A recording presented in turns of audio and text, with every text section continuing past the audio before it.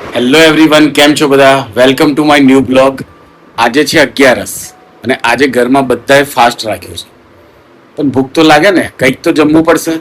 તો આજે જોઈએ કિચનમાં ફાસ્ટ માટે શું સ્પેશિયલ મેનુ બનાવ્યું છે બિનલે. તો ચાલો હું તમને કિચનમાં લઈ જાઉં અને દેખીએ આજે શું બન્યું છે જમવા માટે. શું બનાવ્યું છે આજે જમવામાં? મૂરીઓ, સૂકી ભાજી, શીરો, છાશ. અરે વાહ, સરસ. આજે તો મજા આવી જશે. મોરિયાની તૈયારી ચાલે છે. જીરું નાખ્યું, ગાજર છીન્યું, બટાકો છીન્યો, સિંગદાણા, લીલા મરચા અને લીમડી. ગાઈસ, તમારી ઘેર કેવી રીતે મોરિયો બનાવે છે કોમેન્ટ કરજો. હવે એડ કરવાનું મોરીઓ, શેકાઈ ગયો.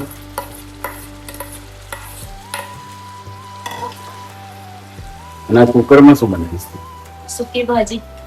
એમાં જ બટાકા બાફ્યા હતા એટલે વાસણ શું કરવા વધારાના કરવાનું. એમાં સૂકી ભાજી બનાવી દો. સ્માર્ટ. શેકાવા દેવાનું થોડો.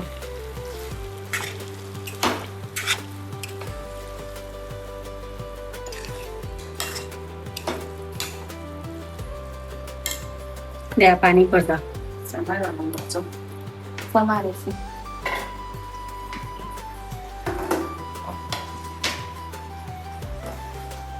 કેટલું પાણી આપું?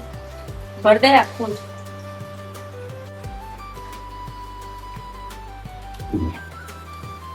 અંદર રહ્યા દે હવે બહારનું.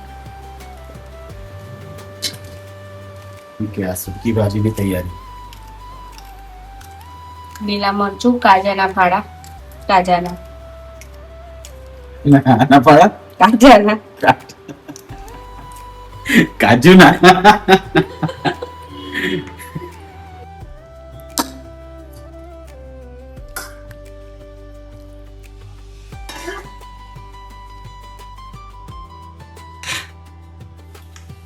હવે આ સૂકી ભાજી બનાવવાની તૈયારી ચાલે છે. એમાં આપણે નાખી દીધું છે જીરું, મરચા, લીમડી, કાજુના ફાડા. બરાબર શેકાવા દેવાનું.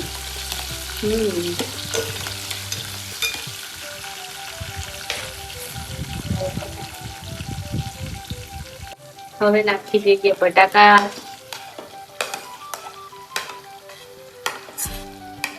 હવે સૂકી ભાજી કોની કોની ફેવરેટ છે એ પણ કોમેન્ટ કરજો.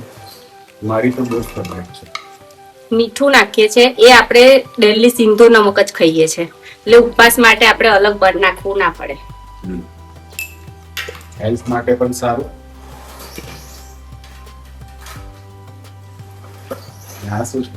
હું નાખું છું થોડો ગરમ મસાલો મારી સૂકી ભાજી. બિનાલની સ્પેશિયલ સૂકી. ખાંડ. ગુજરાતીને ખાંડ વગર તો ભાવે જ ના જમવાનું, નહીં? ગરપન તો જોવે જ, એના વગર મજા ના આવે. અને આ એડ કરીએ છીએ થોડો લીંબુનો રસ.